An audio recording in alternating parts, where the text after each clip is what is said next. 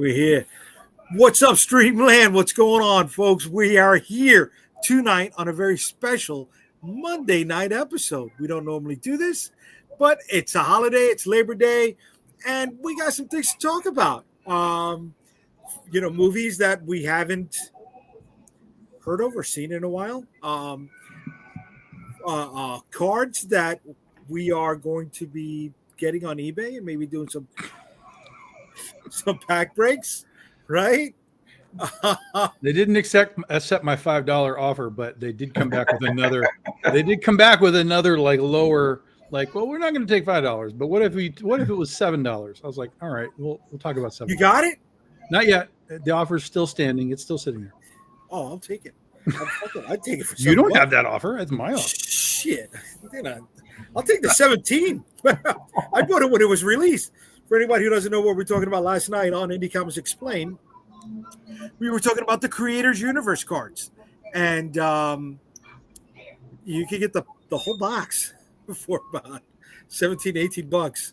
So we're going to pick it up, and then we're going to do some breaks, Marvin, you got TV? What are you watching, bro? What's going on, kid? Yeah. I forgot the TV was on. It's Reno 911. Oh, that's a quality choice right there. That's high quality television. So what's up? Happy Labor Day, guys. How'd you spend your Labor Day? Kickstarter stuff. Stuff. Nice. We'll get to it. Granda, what's up, brother? How we doing? What about you, Tom? How was your Labor Day? Yeah, I'm just here, working on the Kickstarter. I have something special for you, Jaydee. Oh. Something so special that you've been asking for weeks. Oh. I have a launch page for the Oz Omnibus. Oh, fucking way, kid. It's real now. Way to be, brother. Look out. All right. Well, put it in the private chat, and I'll pull it up. No. What do you mean? It's not ready? It's not ready? Come on. Oh my God. Before we get to yours, yep. Really quickly, Marvin launched, for anybody who doesn't know, Marvin has been working on action figures as well as me and Tom. He just launched on Saturday. He's doing fucking amazing, right? What are we looking at? 36 hours right now? Yes, sir. 36 hours, right? So as of right now, Marvin is looking at $1 million. Yeah, bro, I fucking wish that for you any day of the goddamn day. All right, so here we go. You're at 2442. You got 28 backers. You got 57 days to go, right?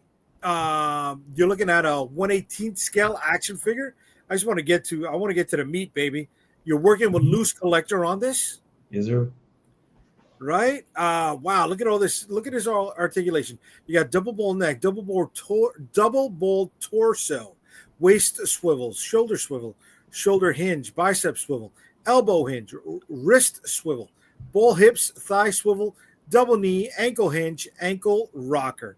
Way to fucking be. Look at that kick-ass piece, bro.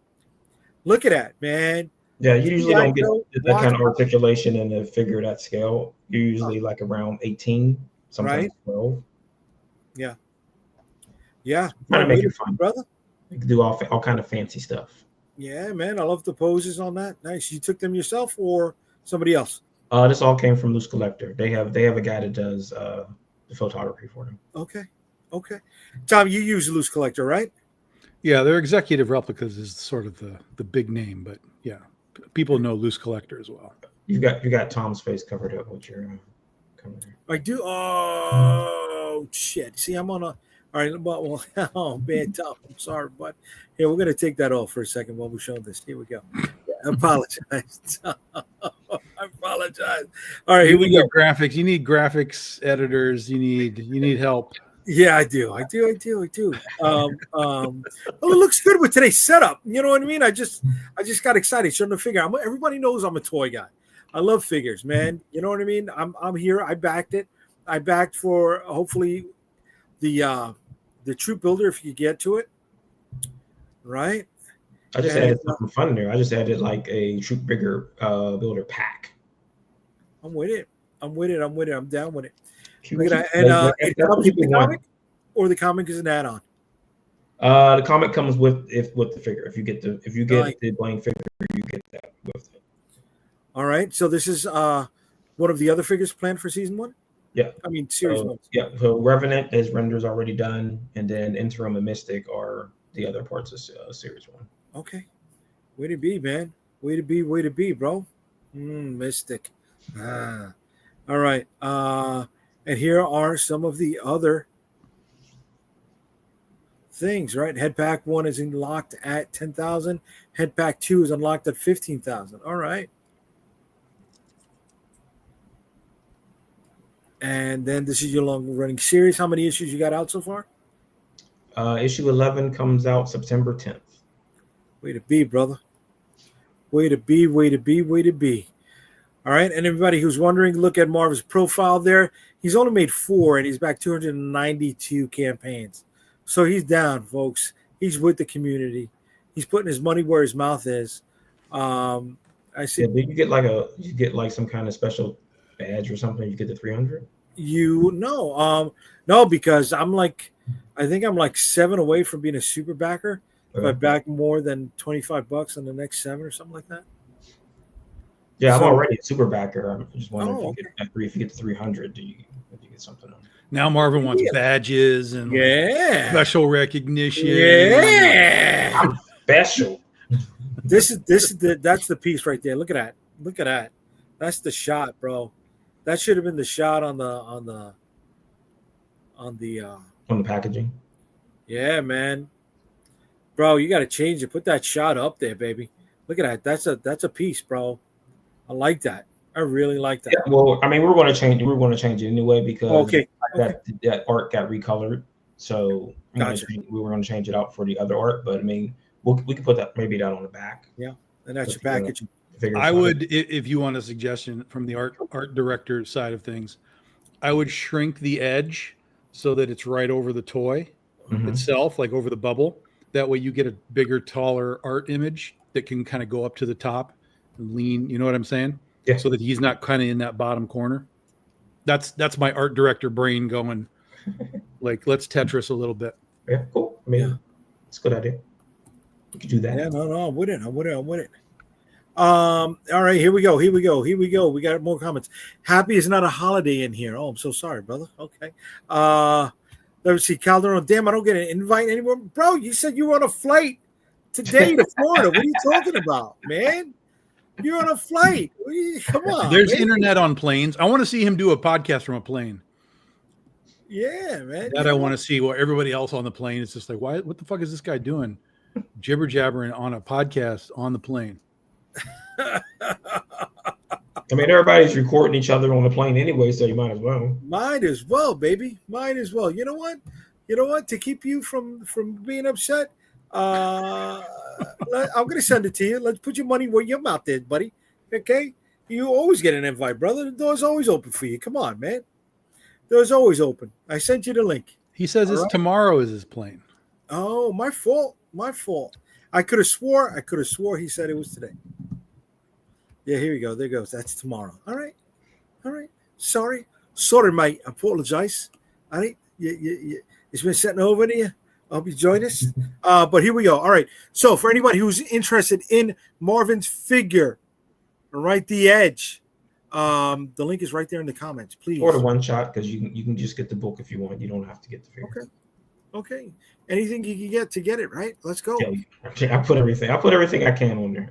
You can get the regular issues too. The trades are on there. So I mean, anything I've got in the boxes over here is kitchen sink is in there, baby. Oh yeah. Everything except for Megatron.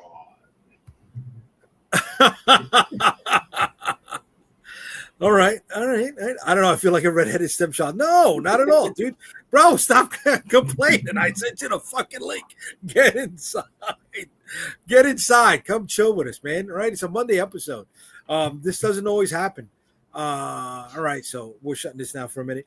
Listen, today I've been kind of I don't know, in my feels. Last night, Tom, you asked the question, bro. You asked the question, and I think it needs to be explored a little bit more, brother. Do indie comic book creators have a chip on their shoulder? Do they need one? Do they use Marvin's chip is right on the edge. Yes. There you go. There you go. Yes. I mean, speaking for me, I wake up in the morning with a chip on my shoulder about something. So it's just a thing. It's just a thing. I don't know. I want to confront something every day. But isn't that the challenge? That's good, though. That's not, I don't think that's a chip, though. I think that's just really good mental processing of like, you want to go get something today, right? To me, I translate a chip on your shoulder as like, that motherfucker. And then the chip sits there. Like that's, you know, and then there's that. But I like that thought process of like, I'm going to get up and I'm going to find a challenge today. Mm-hmm. That's really good. I like that. Yeah. Right. I mean, that's where I'm coming from, is that I feel like that I want to battle something. Mm-hmm. Yeah. Why do you think I do my movie reviews? The Weapons is a terrible movie, by the way. Terrible fucking movie. I didn't see it. I can tell you right now, there is one creator definitely on this show right now that definitely has a chip on his fucking shoulder. I invite everybody on my fucking show. But, you know, one person, one day. No, it's okay. Bro, no, look, not at all. Come on, man. You're a brother. Plain and simple, right? We're here. Okay. You're grinding it out with me. Okay. My thing is, I really stream this. Let me put this into my stream so at least we'll get some views. Oh, that's fucked up. Look, my number says 16 right now, so come on. I'll take the 16. But no, I could have swore you told me you were. I misheard you, obviously. My flight is 10 in the morning tomorrow. 10 in the morning. Okay. Yeah, no. I thought it was today that was the flight. Yeah, you know? And I saw Daphne doing a live stream today, and I'm like, oh, okay, she's getting one out of the way before they get out of here. No problem. Way to go, girl. But no, here we are. And the question of the night, if you haven't read it, is do any comic book creators have chips on their shoulder? Right? So Marvin says, yeah, you know, but that's his motivation, his way of getting up. His challenges. Let me go with Tom. Yeah, this is like a rerun episode. We just did this last night. We did do this last night. We did do this last night, but it's strong enough to be explored a lot more. I don't know. I gave you a lot last night. I gave you a lot. We weren't counting our own stream. I was calling out publishers. I was calling out, you know, like I was all on it. Yeah, I have chips. I think really only there's a few chips that I have. One was a challenge. One was sort of like a Marvin type of challenge. And that's the one I didn't really talk about last night, is when I started doing Kickstarters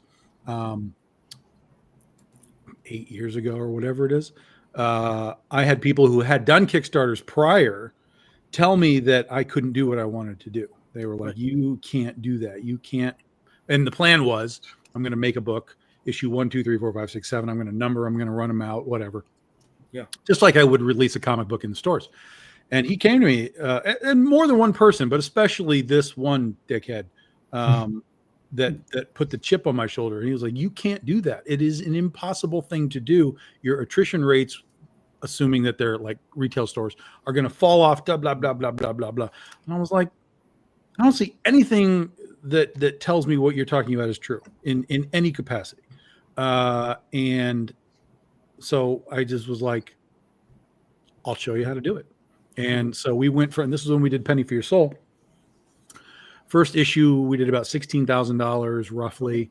Way to go. I don't remember how many backers, 250, something like that. Second issue was basically almost identical, money and backers. And then the third one jumped us over 300 backers. We went from 16 to like 20,000 or something.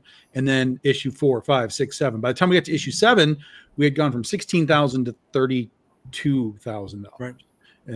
Opposite, incremental growth.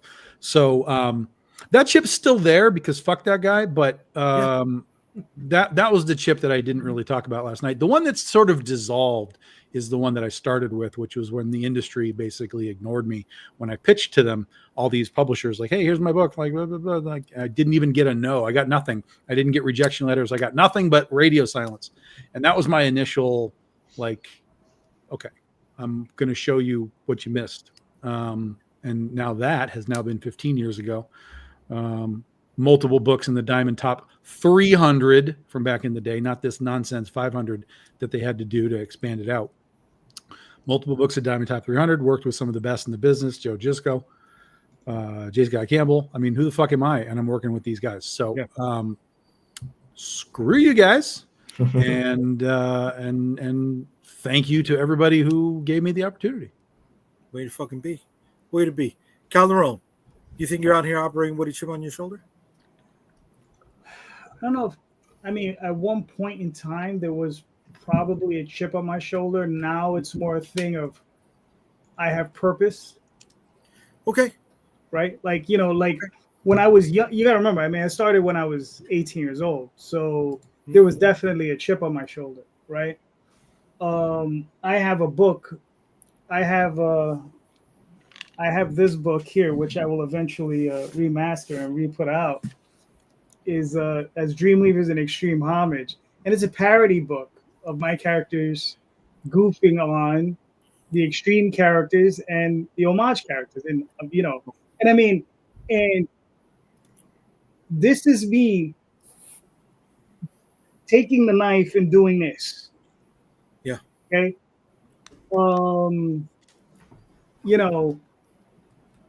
There's stuff in here that I think is funny. Most of the people who've ever read it think it's funny because I think only 4 people have ever read it.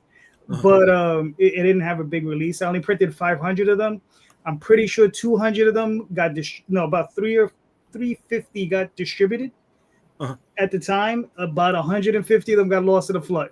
So yeah. But so I'm gonna eventually get that together, get that back in circulation in full color. But at that point in time, we definitely had, and it wasn't just myself, it was the artists, it was all of us, right? In that book, he mimics Jim Lee style, he mimics Rob Liefeld style, he mimics Mark Silvestri style, you understand? And we're in there and we're digging at these guys. There's one page in particular, it was a 9-panel grid where it's 3 creators, no one specific, and we are presuppositioning what a conversation is between the 3 of them about how they make a plot in their story, right? And it is the most ridiculous shit you could ever imagine because that is the garbage they produced, right? It was a ridiculous conversation by 3 ridiculous fucking creators making ridiculous fucking books. Okay? Okay. So I certainly did have a chip on my shoulder at one point, right? Do I still have one? I don't have a lot of people telling me, oh, you can't do this because I've been doing it so long. They're like, well, yeah, the motherfucker's doing it, right? But and even if someone does come out of the war, it's more like, fuck you, buddy. Like, you go. Yeah. If I don't give 2 shits about you, it's like I'm like, Tom, can I visit you to drown this person in your lake? That's it's to that point. It's just like whatever, man. Like go stand in your corner, live your miserable life wherever the fuck you're gonna live it, and however you're gonna live it, and I'll live my life however I want to live, right? Yeah. So yeah, there definitely was a chip. Is there a chip now? Like I said, I think I feel more I have purpose. You understand? And that purpose is to finish.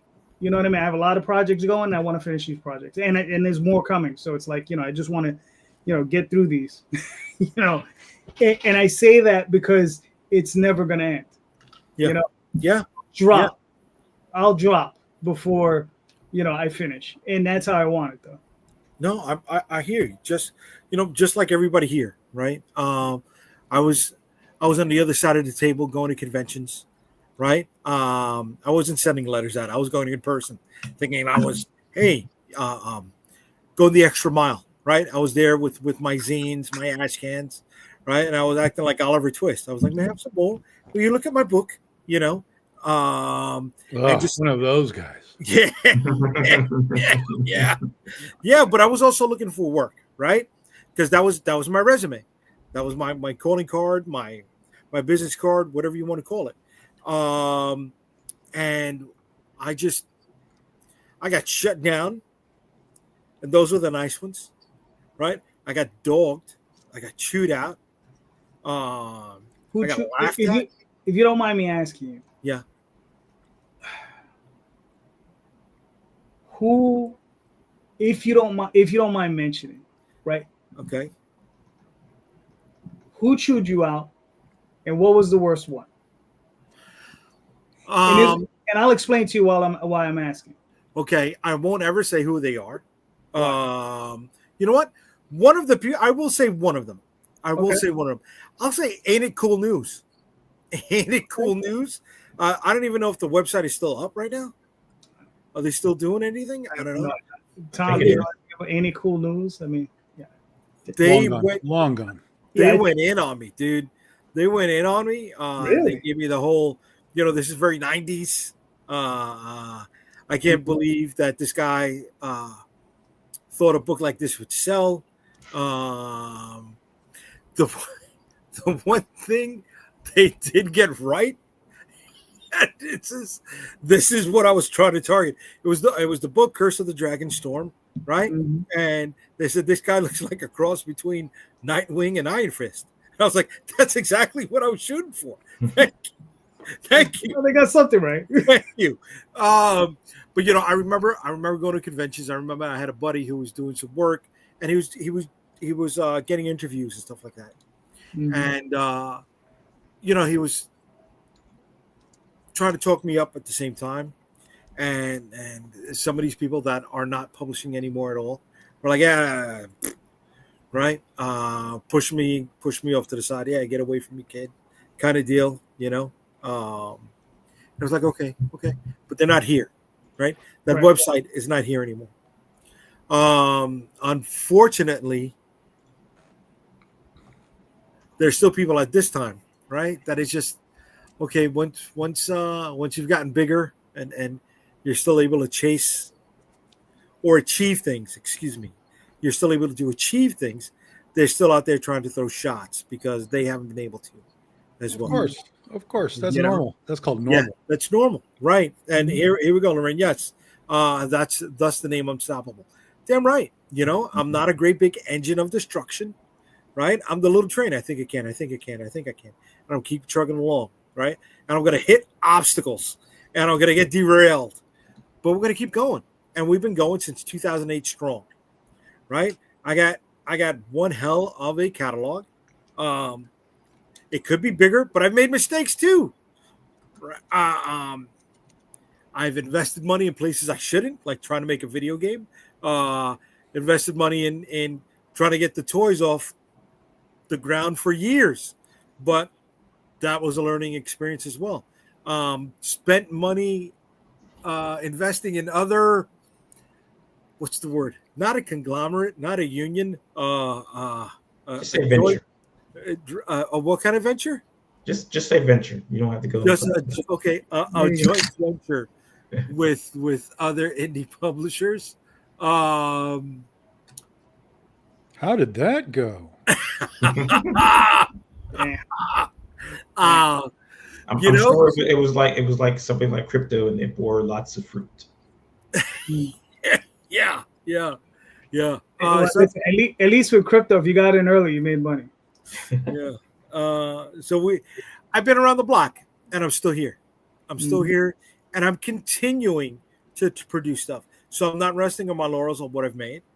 Right? We got new stuff. We got a campaign on right now. Right? We got 2 more in the pipeline, ready to rock and roll.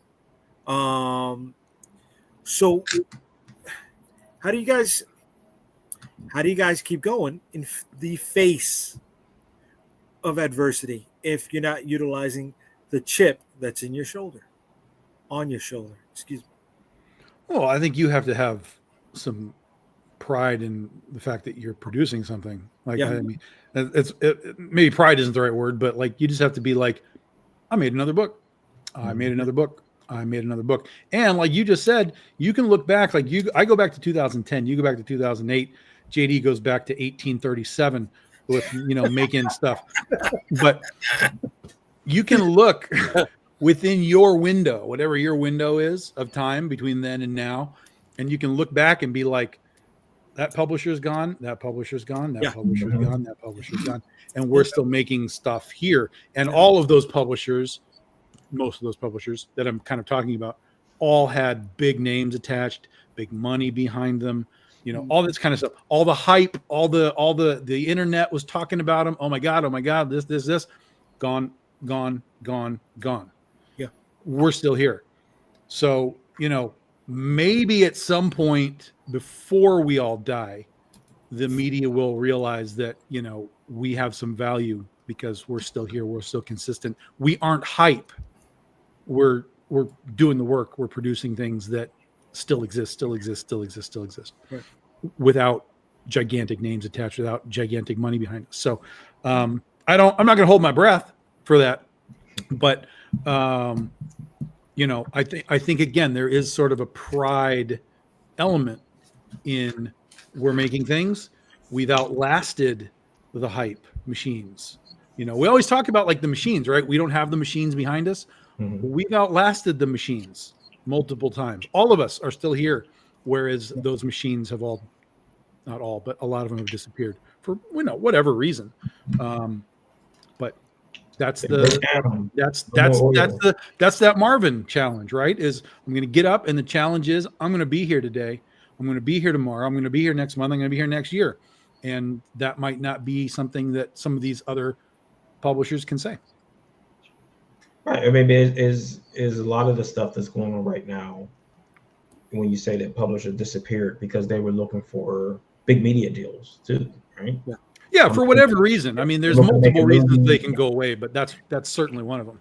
I'm looking to make a Netflix deal and looking to make a deal with Hollywood. And right. The product is designed to go right into making a TV show or a movie. But I mean, there's been a few people who came out of that initial scrum who got deals, and the deals never happened, and they never actually even, it took them years to get their book ready to go because they were waiting on other deals to go into place. Right. What about you, Calvaro? Well, like I said earlier, I mean, it's about purpose, right? It's like it's getting to the end goal of my series, right? I'm like, I got Oswald, which I'm looking at my wall. I have, I have 3 separate artists working on 3 separate stories all at the same time, right? And when they're done, I can finally move onto the final arc of this mouse's story. Okay. And I can't even tell you how excited I am to get to that point. And then there's 14 stories in that one, probably totaling another 2,000 pages. So, it's madness, it's madness. But, it's a thing of, I want to get this out, and it's not just this. Tall Tale still has to finish. Dreamweavers, it was originally planned to be a 6-issue limited series, probably going to be 8 issues, but I want to get that done. I got 4 issues of Magi's Grace. That's going to get done. And then, C and I may continue it. That's up to C. And then there's other stuff that I still want to do. Right. So, it's just a matter of time. It's just a matter of just putting it out there. But as far as like the reason, it like I said, it's purpose, I want to go out there and I just want to put out good books, the best books I can create, and just keep moving forward. I'm there with you. I want to put out not just the best books I could create, but the ones I want to tell. You know what I mean? I'm at a point where if I was offered a deal somehow, some way, to write for something else, I don't know if I can work in that environment. Right? I'm here, and I'm here's the stories I want to tell without. here's the only advice. Here's the only thing I could tell you about that. Right, when I did it, right, you should look. It was good because it forced me to sit down and be a professional. Okay. It forced me to sit down every day and write. Like, but I mean write like for 4, 5, 6, sometimes 10 hours a day. Okay. And it forced me to do it because I had to get these scripts done. I had to get these stories done. Right. And through that structure, right, it teaches you to have an iron will, right? To not fuck around, to not get up and say, "Oh, let me go watch TV for 2 hours." To not I gotta have 2 hours. I gotta have at least 2 hours. You know, but I'm just saying though. But I think Jay's point though is more from the creative side. Like he feels like he's in a box that he has to adhere to the rules of know that. No, I understand that part of it. You understand, but sometimes even in that box like that they give you, it forces you to work more, sometimes more creatively, because you have to work within that structure, right? Sometimes you have to really, really think real hard. It's like, okay, how can I keep within this sphere, right? Not go outside of it. Work within this sphere and do the things that they need me to do, right? So I would tell you if you ever get the opportunity, I would say just try it. Okay. You know what I'm saying? It might not work. You understand? But just try it. Right. You know, well, or I'm not chasing it either. You know what I mean? That's the thing. Yeah, I did my stint and I was just like, fuck it. Because I knew guys, I was hanging out with a couple of artists that were going up, that were working in Marvel. And they were like, yo, like, come with us, we can bring you along. And I was just like, no. Just like, no. I was like, no. I visited the offices. I didn't like the atmosphere. Mark Grunwald, who I know is one of your favorites. I remember when I went up there with Daphne, I was like 21, 22. She was still in college. She was going up there for an internship. Okay. Right. And she asked to bring along her goon boyfriend. That was me. So, and that's why she didn't get the internship, because they were like, she got a boyfriend. But while I was up there, I saw some very interesting things. I got to meet some of the people there. And one of the things that somebody had asked me, they'd asked me, like, if there was a book I could work on, what would I work on? Right. And what would I want to do? And I had mentioned Captain America. And I had mentioned that nothing good had been done with Captain America for years. Oh, no. And the dude was like, hold on, let me go get Mark. Oh, no. Now, he ran off to go get Mark Grunwald. Yeah. And I was like, and at the time I was kind of oblivious to who he was. I had read some of the books. I really didn't know the name. He was out that day. Thank God. Because if he would have come to me and given me that type of heat, I was a kid from the hood. I would have fucking killed him. Okay. You don't even understand the amount of anger that I possessed at that age. You understand? I mean, you laugh, but I'm serious. I would have hurt that motherfucker. I would have really. I'm laughing because I understand. Okay. Right. The chip on my shoulder is not just for comic books. Okay. Right. The chip had nothing to do with comic books. This had everything to do with, I'm from the streets, and don't dare say anything wrong to me, because I'm serious. I will hurt you, because that's just what it was back then. This was different days. This was the 80s. This was different days. That's what you got to say. This was the 80s. It was the 80s. It was the 80s. Right, so we got somebody waiting in the wings. But before I bring him in, I want to show off something that we're always asking this creator to do, and that is create a pre-launch page. And he finally has one up. Oh my God! Right now. Oh my God! God. Here we go. Listen, world premiere. He put it together, and we gotta present it. It's a piece of work that we need to acknowledge. Here we go. It's a piece of something. All right, Tom, hit us up, kid. It's just what we've been talking about. It's the omnibus for the Legend of Oz. It celebrates 15 years of publication next year. We're going to go deep into the next volume, but the first 4 volumes are trade paperbacks are basically out of print. They will be gone by the end of this year. So instead of reprinting those all individually, we're going to do a new product. It'll be the first 4 volumes. This will be roughly close to about 500 pages between the story and the cover galleries and all the extra bonus stuff. Hardcover edition, soft cover edition as well. And then this is part of our book fair that we now do on an annual basis, I guess, because last year we did it. It was a big success. This year we're going to do it again. So not only can you get this book, but if you're not familiar with Big Dog Ink stuff, you can get all of our other trade paperbacks. There's back issues available. There's art prints. There's just all kinds of extra stuff available beyond this. But if you just want the Oz book, super easy. Go in, grab it, pledge for it, and you're good to go. Awesome. And it goes live when? Saturday. What happened to Wednesday? Yeah. It was supposed to be last Saturday. Yeah. Then it was Wednesday on Saturday. Oh, and then it was now it's Saturday, but then it's going to end on a Wednesday. okay. Now it's Saturday. It's going to end on It doesn't come out on a Wednesday, but it ends on a Wednesday. Yeah. All right. Well, somebody who's been patiently waiting Hold on, on before you do that. Oh, the segue. So has everyone seen the Wizard of Oz Las Vegas Spear thing? Yep. Oh, Did you yeah. see Looks it? interesting. Well, I haven't seen it, but I've seen Well, no. it. There's videos on YouTube. It looks terrible. I'm sorry, it looks bad. okay. It looks horrible. Okay. All right, here we go. We're bringing in Zing, who's been waiting for a little bit there. What's up, brother? How you doing, man?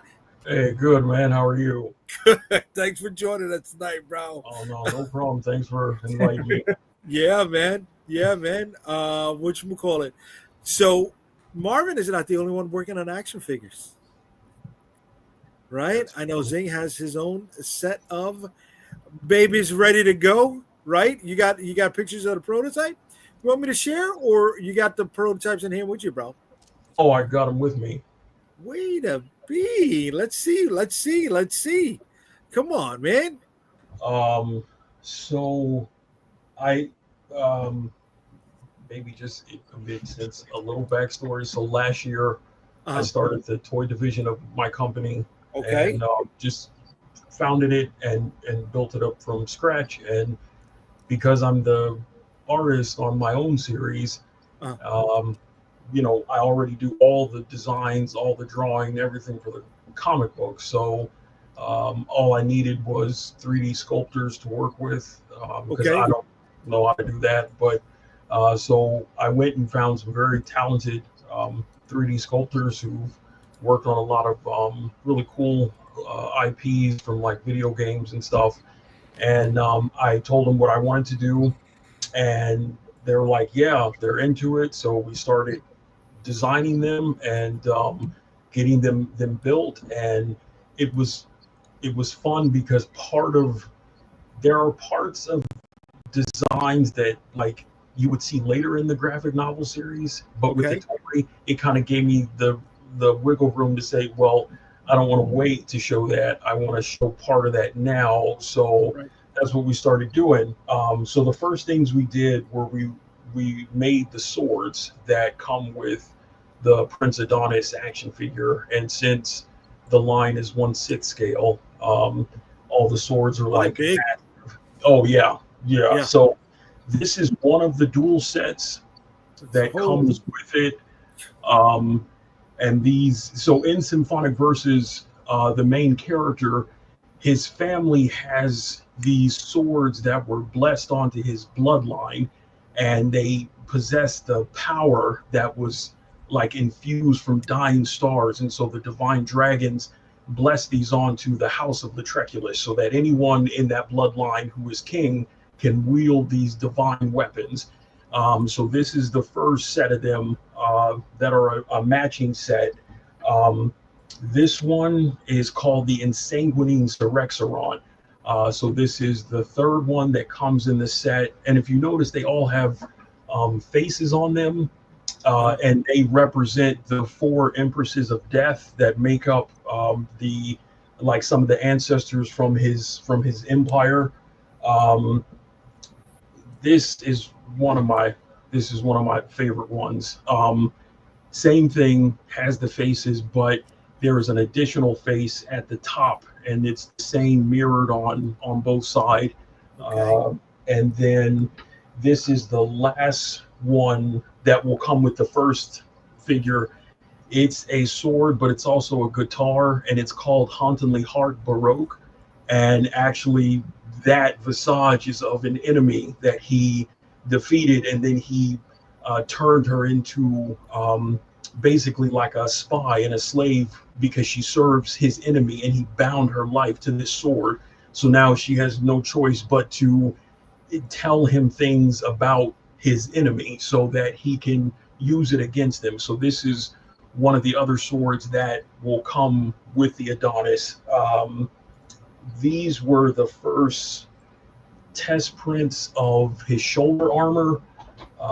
We split it up at first just to see how it would look, so we make sure we're not missing anything that way. But then we made the first figure 7-inch, but it had there was like some articulation issues because of the design, so we had to go back and redesign it, and then like redesign some of the articulation again. So at the time, I only had a part of his body that was available to be produced. So this is just part. He doesn't have arms and legs and like the rest of his coat and all the stuff that you'll see, but it gave me an idea of how everything will look. And then we made the next figure in the line, which was one of the villains, a Shadow Knight. And this is actually the leader of the Wraith Viper Shadow Knights, and we were able to fully. Oh, that's huge. That's beautiful, dude. Oh, thanks, man. I appreciate it. So he's got these thunder auroras up here, which is where his power comes from, and the Shadow Knights in the series, they exist as like a race of warriors as their race, basically, and they thought for centuries that they had been extinct, but they were just in hiding as they were building alliances and building their sinister power as they're trying to help control the narrative of things that are going on in the world. So this one is fully done, but it just has limited articulation. The finished version, of course, will have like 28 points of articulation, and the gauntlets will be swappable with Adonis, where he can then claim the power from different Shadow Knights and take the gauntlets with him and put them on his armor. So how many figures in the set? So in the first wave, there's going to be 4. I was going to do 8, but I thought, well, because it is so expensive, it's just like the cost is ridiculous for this stuff. Yeah. But I figured, well, we'll start with 4. So these are the first 2, and then there's going to be one more villain and then one more main character that will come with this. And he has a cape. This is the cape, but for the final figure, I'll probably get it like where it's soft goods, because this is really heavy. The body itself weighs almost 5 pounds, just for this. So, and he'll have like a few weapons. He fights with a really unique spear that matches how his armor is. And in the Shadow Knight Empire, their empire is called Despavari Nightingale, and there are like many different classes of Shadow Knight warriors that exist, and some are very elite. This is one of the elite ones. And then the 4 like warlords who command the Shadow Knight, they're even more ornate and dangerous, and their outfits are way more exaggerated than just even how his is. So each set I'll release a different Shadow Knight, a different boss, various versions of Adonis and different armors and stuff like that. So this is where it's at. And then, I do have, wait, let me show you one thing. I do have, because they're 1/6, they're going to have to come in 3 boxes. Jesus, bro. This is the main box that the figures will come in. And this is the master prototype. So it's already got this is the American and international codes. It's got the picture of Adonis. There will be dialogue on the box. This is the synopsis for the series and what it's about.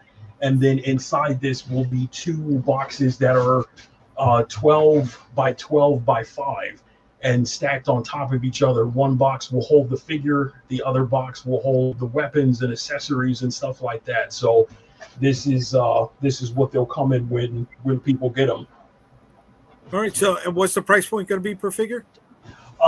So for the 1/6 line, they're $350 each. There is a $100 version that's going to be sold at Walmart, but then there's going to be a 1/12 version line as well, and those will probably be like maybe $39, $40 per figure because it's much smaller.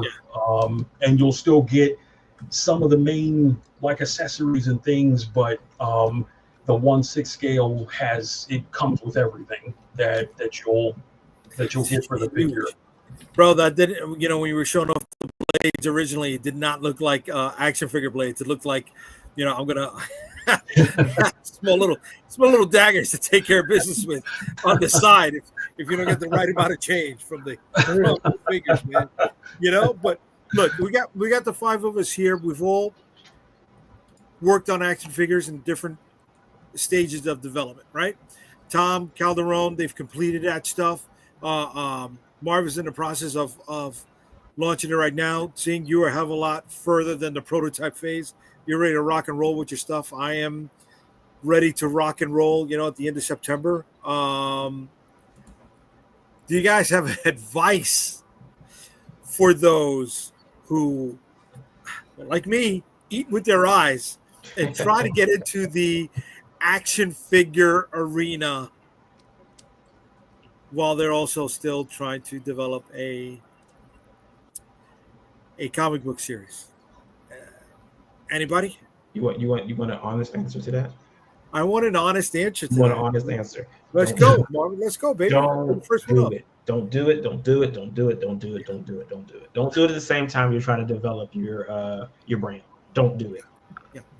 That's what I was going to say. Is you have to have something developed before you can take that logical next step. Just because of the cost. The cost is just so. It's not like you're. There's ways to do it cheaper where you can just do like 3D printing and you can make 20 of them or whatever. And a lot of people do that if you just want to kind of have something in that context. But to go like full action figure, it's just a completely different stratosphere of buyers and purchasers.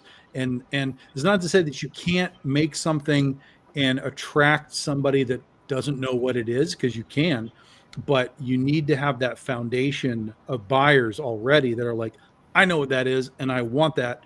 And then all of the new guys that come in, that's your icing on the cake, Right. So, yeah. Right. It's an entirely different audience than the comic market. Yeah, because even the people that, even if they know what it is, it doesn't mean that they want a toy. Right. Like they're just comic book buyers. Like, oh, I like this book, but I don't need a toy. And it swings the other way too. I mean, you're going to try to sell people who buy action figures. You want to buy your comic because then you want to keep the comic moving, but they might not even care. They don't want that. Right. Sometimes those things do not cross. Right. Calderon, what do you say about this? I mean, when I did it, we didn't have Kickstarter, right? So it was 2008. And also I did a vinyl figure, so it was a little different, right? So, I mean, at the time I researched it for 2 years, right? Yeah. And I was like, okay, it's good to get in. I got in. And I'm telling you, I got the phone call from my damn distributor, and he was like, yo, man, if I'd have had these a year ago, I'd have completely sold out, right? But now the market crashed, blah, blah, blah. And I was just, It's you got to go into it, love what you're doing, Yeah. right? Mitigate your expectations, and be prepared to not. I don't want to say be prepared to. I don't want to say not succeed, Yeah. but be prepared to just mitigate your expectations, right? That's probably the best thing I can say. You understand? Because it's a tough market. Because even though what we're doing is important to us, right? And we have some fans that it's going to be important to them to have. For a majority, I mean, I would really like to hear on some of the obscure toy lines, like what their numbers are like, right?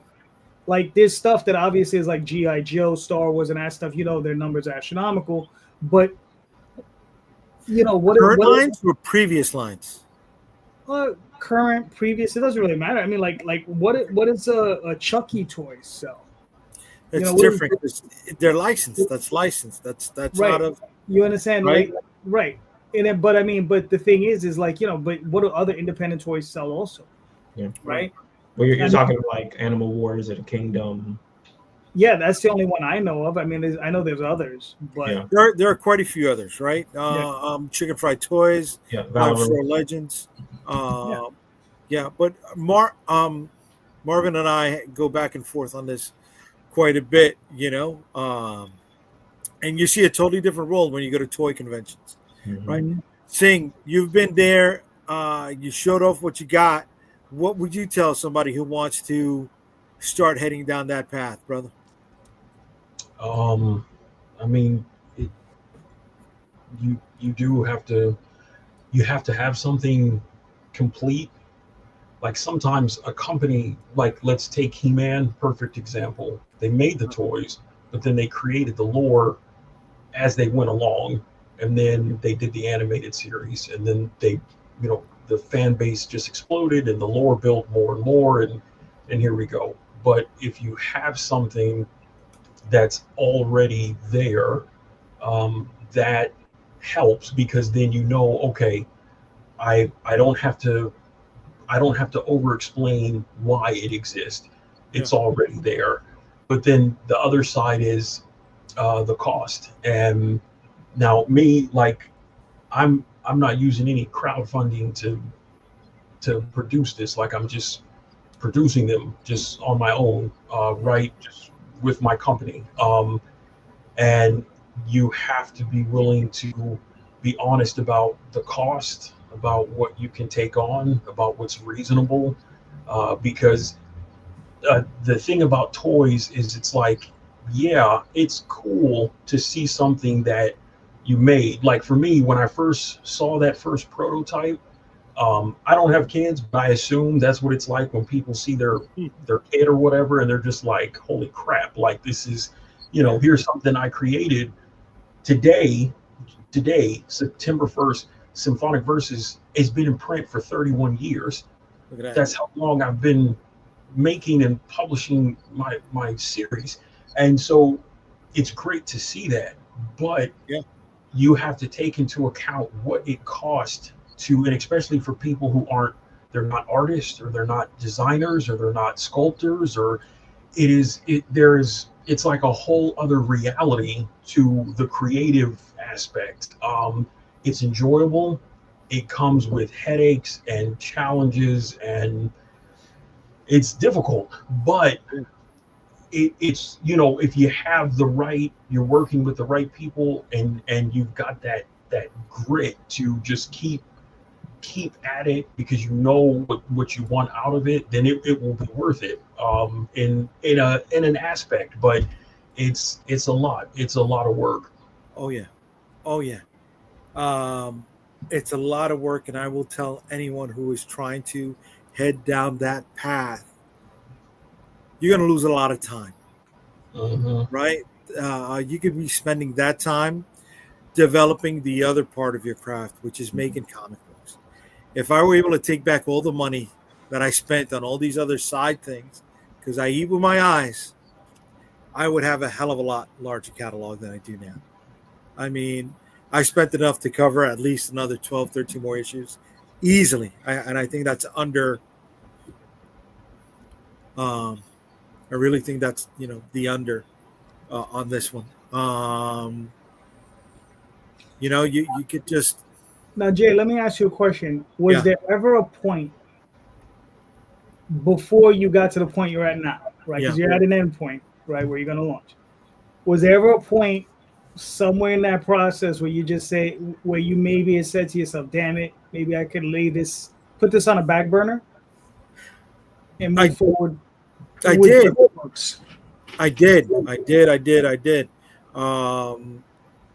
But that itch came back. It's I hate to say it. It's like you just buy yourself some lotion. I did, dude. I even thought about getting out of comic books at one point, right? There was a good moment where I was gonna open up a restaurant, and it wasn't gonna be in New York, I was out. I was leaving. I met she thinks this is a joke, right? Good thing you met me to stop you. But when I met my wife, my whole life changed, right? I put somebody before me, right? But I still had that itch. I still wanted to make more books. I still had stories to tell. I had stories to complete.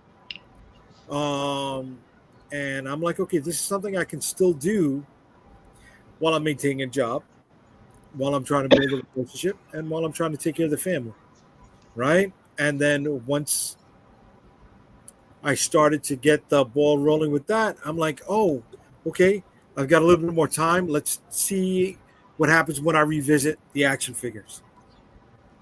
And that snowballed. It was just like, and we got to this point. I was going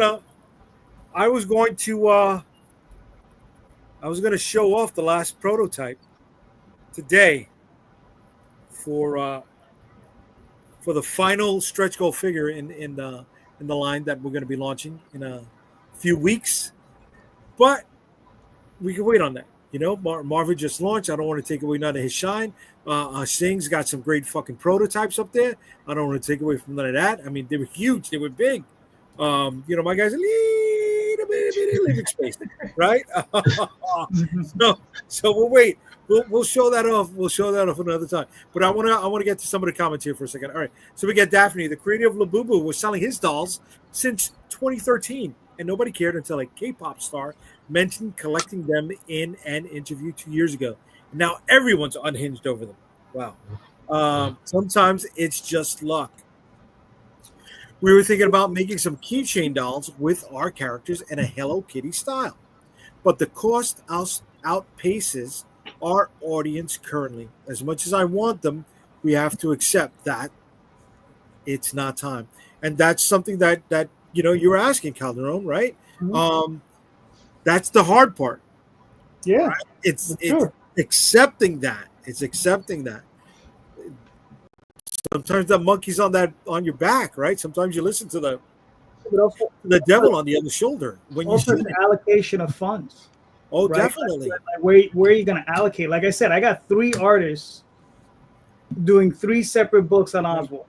I could just as easily have taken that money and just have done the keychains, right? But I'm like, nah, I'd rather have the books than the keychains. Right. Okay. Right. So, all right, this is a great position now, right? So, the action figure development was a hell of a lot more money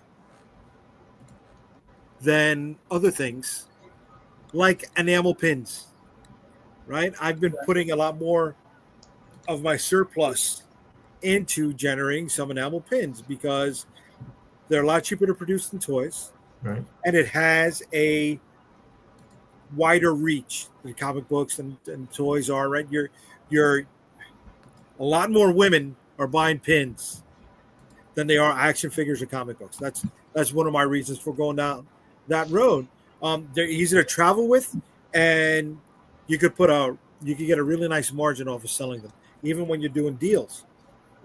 Other than pins, are there other things you guys see out there that hit those points? Stickers. Okay. Stickers. These things, like these keychain things. Yeah. Oh, the acrylic things. Okay. Yeah. But do you sell them, or you give them away? You sell them, or you give them out? It's both. Both. Okay. Yeah. I throw some of them. I do the packs, the books. Okay. And I throw stuff in there, and then I kind of slyly upcharge it a little bit. There you go. Yeah, nothing wrong with that. Yeah. What about acrylic standees? A lot Uh-huh. of people can be into those. Yeah, those are big. Tom does those a lot. Those move really good for you, right? Okay. They go okay. It's not gangbusters. Mm-hmm. I think that I think it's an interesting thing to put on your shelf and so on. But again, it's still how much merch does your audience want? Yeah. Versus do they just want the comics, the art, whatever. So I think it's very just, you go to this con, they're very into merch. You go into this con, they don't give two shits. So I've just found the pins, stickers, and then the cards. Yeah, when we do stickers or magnets, it's an attraction. People, if nothing else, it's an attraction. Like people look at it and they're like, "Oh, what is that?" And then you can talk to them about it. But I mean, they're really cheap, so you're not going to be making your table off of selling stickers. Yeah. But what we do sell them, but we do them as like, okay, for every book that you buy, you can take a free sticker. There you go. Like that kind of thing. Okay. Because the cost of them is really low too. So, yeah. Same when you do a cons or events. Do you find anything else that you can use to pad your numbers? I mean, I do flyers and bookmarks, and when people purchase the collector sets, I give them the QR code to download the soundtrack. Stuff like that, and those, they have some pretty, there are some kind of heavy names attached to it. I think the difference with things too, I think like what Tom and Jaydee were saying about, weighing the cost really versus what's being bought, and like we get that, like that need to want to say, yeah, I want to have A, B, and C to show from the series. For me, like, I'm very fortunate in the sense that I'm the writer and the artist and the letterer and the publisher for my own work. I do it all. So my only cost is just printing. Everything else, I do myself. And so the cost there is really non-existent that way for me, for those things. So that's something too that people have to take into account. What are you building to offer to your audience, especially if you have like a newer series. If you just throw a bazillion things at people, sometimes it gets to be too much. But if you're just building, you got a couple things, and it's got a decent response from people, then you just kind of keep following those breadcrumbs, and then as you can grow, you grow some more, and you make some other things, and then you share it with people that way. All right. Yeah, no, I look, I see these things as like when you go to a restaurant and they say, "Do you want fries with that?" Right? Those are those extras, those add-ons, right? The things that you can use to boost the numbers, right? Like Tom, you do a hell of a lot of business when it comes to alternate covers, metals, foils, all that other stuff, right? And I've got some of those going down right now in the Vicky Sticks campaign as well. Oh, what a shill! God damn.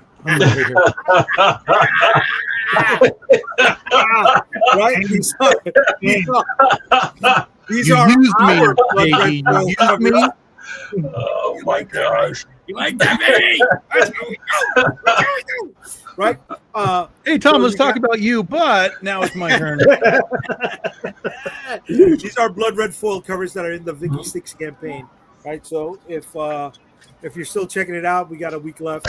You can jump on that. But you've got those extra items, and do you find when you're campaigning, like the acrylic standee, I like that. you've got more of a reader base or a collector base?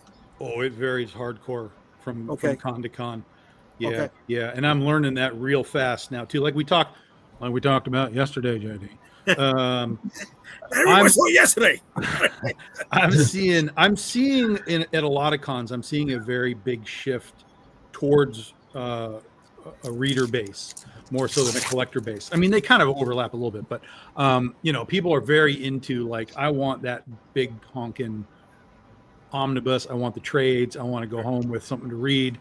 There's definitely still people buying variant covers and collecting art and all that. That's still a thing, but this whole year so far, the cons that we've done, and I've talked to other artists and stuff that are like variant cover artists. I'm like, are you seeing what I'm seeing? And they're like, yeah, people want to read stuff. People want books. They like the art. That's fine. But there's definitely a shift happening at least within the context of Comic-Cons and that sort of thing. What do you think caused that? I think too much. I think oversaturation. I think people probably are just like, there's so much, and I just kind of want to read the story and know what this character is about, and then maybe after they do, maybe they come back and they're like, oh, now let me go. There's like a cover gallery in the trade paperback, right? Oh, look, there's a few covers that I want. Let me go see if I can find those covers, right? Certainly that can happen.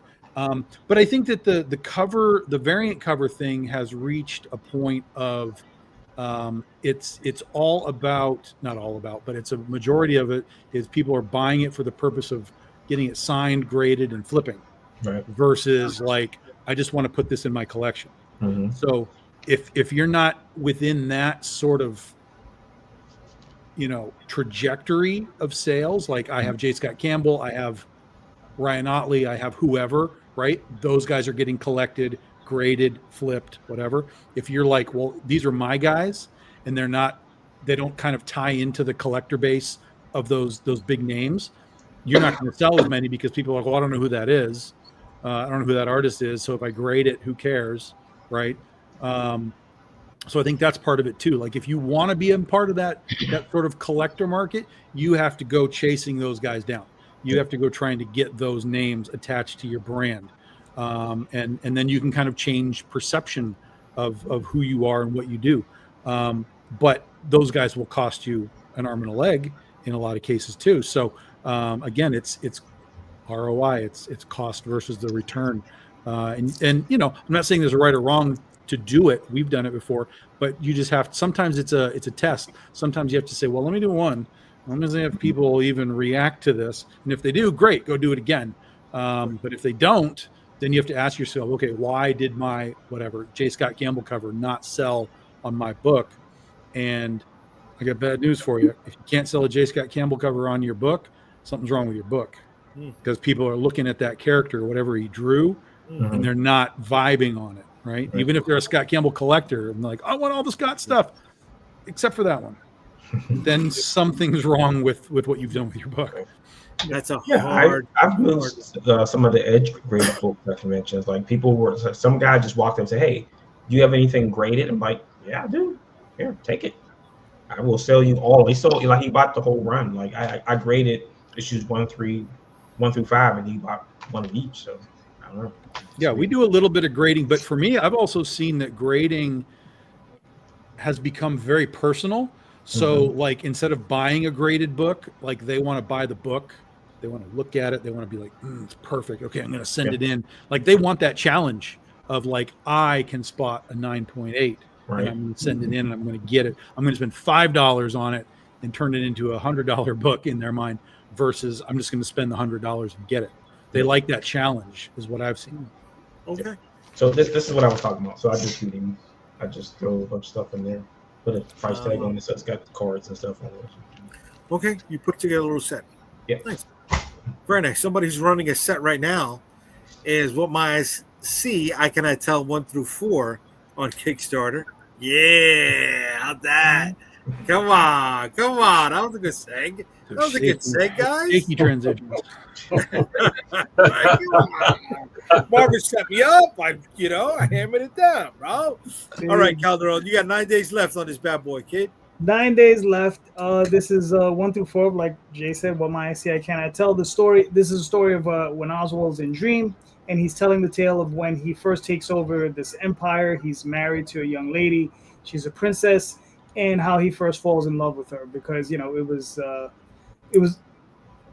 marriage. It was an arranged marriage, basically. So it took a while for him to get together with her and just find out who they were. And he's telling the tale of how he first fell in love with her and the other tribulations that he goes through as he tries to get this religion removed from these people because they're not really worshiping a god. He finds that they're worshiping some kind of ancient evil entity, and he's just like, nah, I can't have this.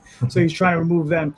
But you have a certain a secular nature of their culture where they're in there and they're like entrenched within their culture. And Oswald's like, no, I'm going to rip you out and I'm going to toss you to the side and you're just going to accept it. And of course he's getting pushback. He's getting heavy pushback from this other section of his, of this population. So that's what this story is about. So, and that's just him going through these things, and he's fighting all kinds of wizards battles with all these crazy monsters and demons and stuff. So I just realized this panel is fucking badass right there, kid.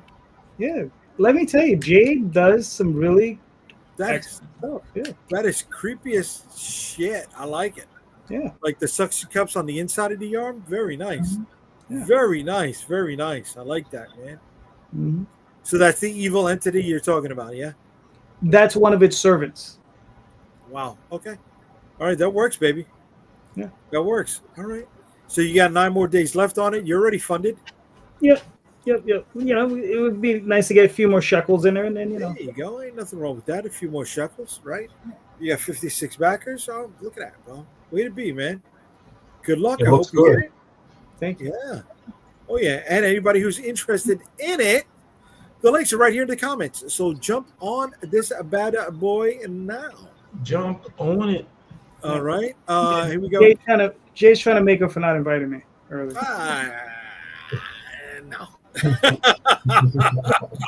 All right. People want actual value for the prices they're paying for the books. Okay. Way to be, Daphne. I disagree completely. Oh. I disagree completely. Now, and I only say that because of where we are with the industry right now, and these guys buying blind bags endlessly, blind bags. They're more than willing to take a shot in the dark at the potential chance of something good, and buying multiple blind bags at like, well, I'm going to get that special, whatever it is, and they'll, it's value is I'm going to buy this pack, I get the 3 books, and I'm happy. They're in my collection. I'm done. But these guys are like, well, I'm going to buy 10 blind bags and I'm going to see what I can get. It's like, okay. Yeah.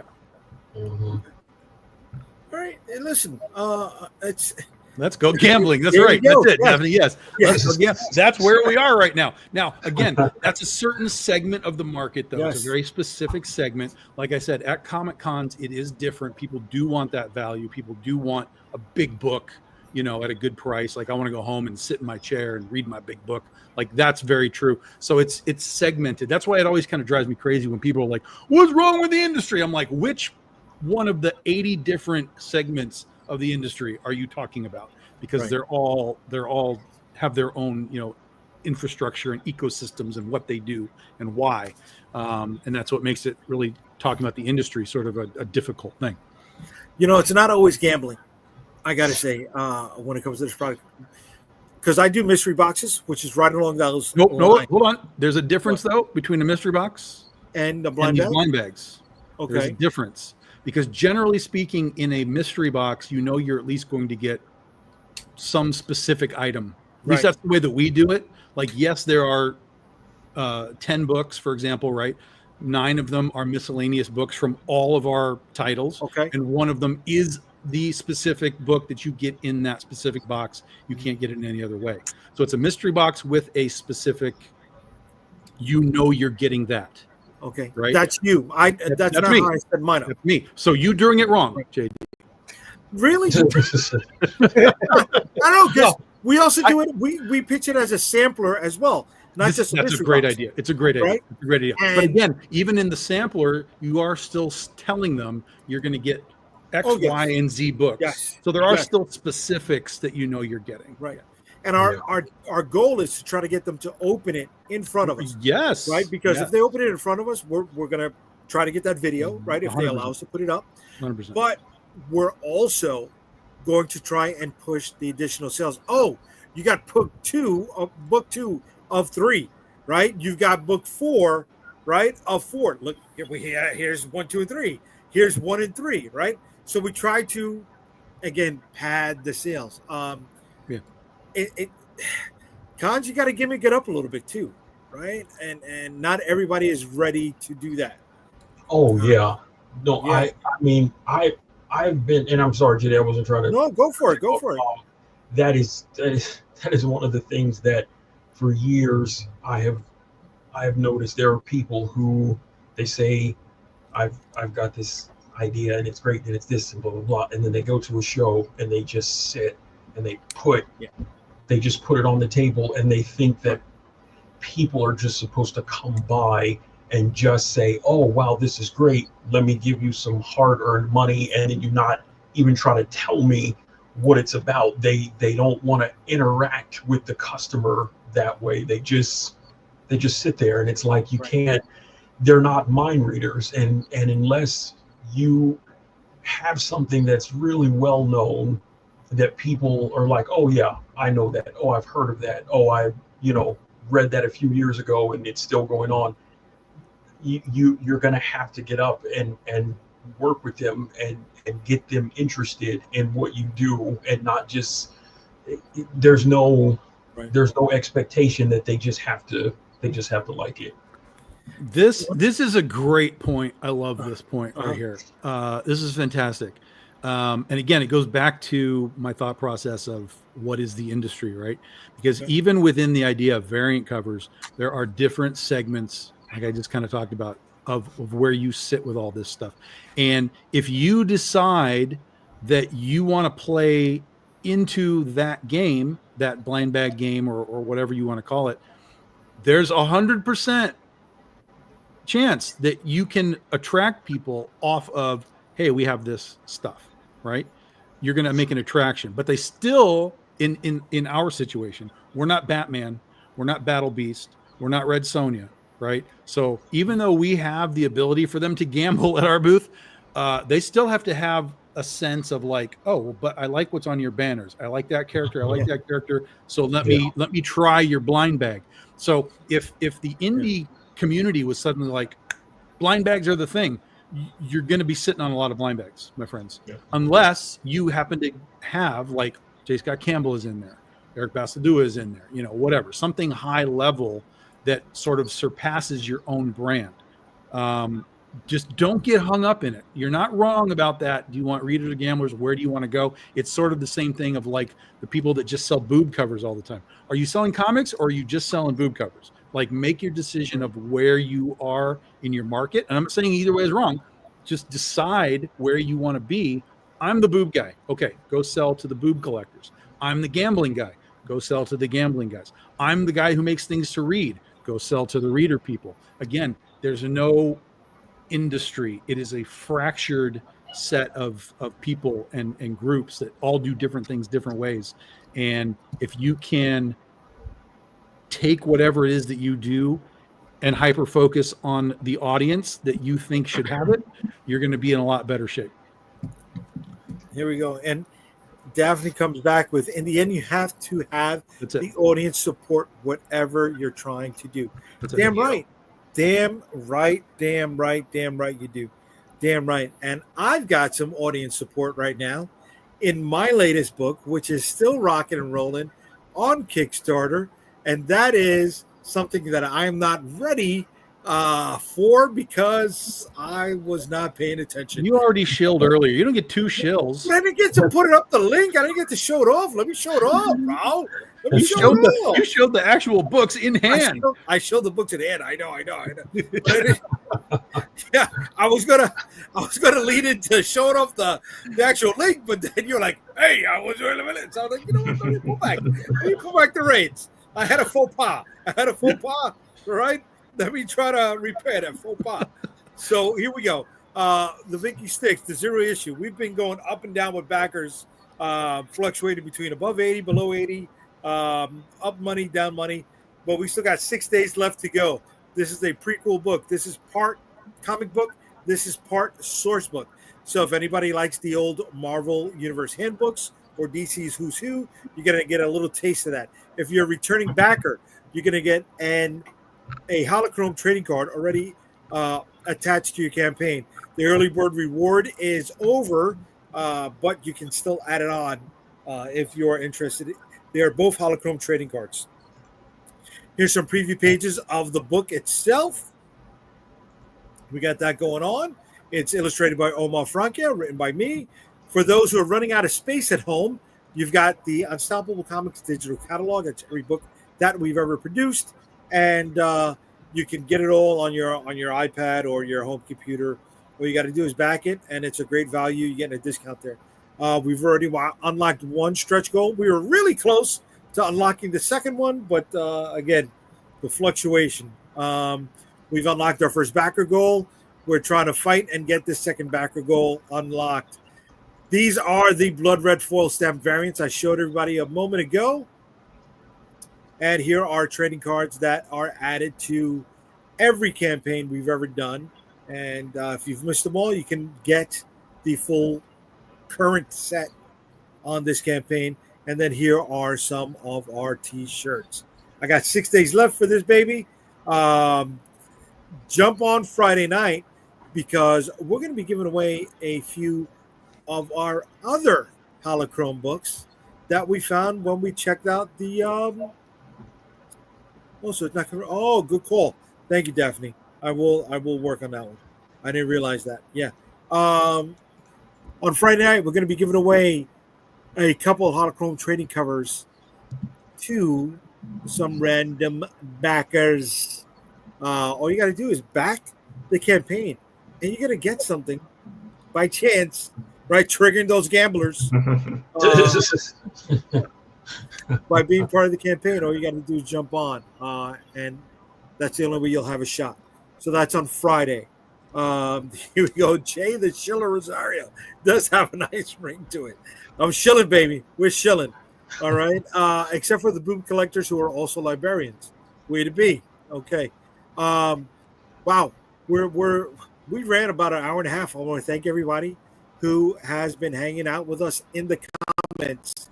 I want to thank everybody who was watching us today on Facebook and on YouTube, and those who are going to be catching the restream on Substack, Twitter. I love how as soon as the chat starts popping and going, Jay's like, and we're out of here.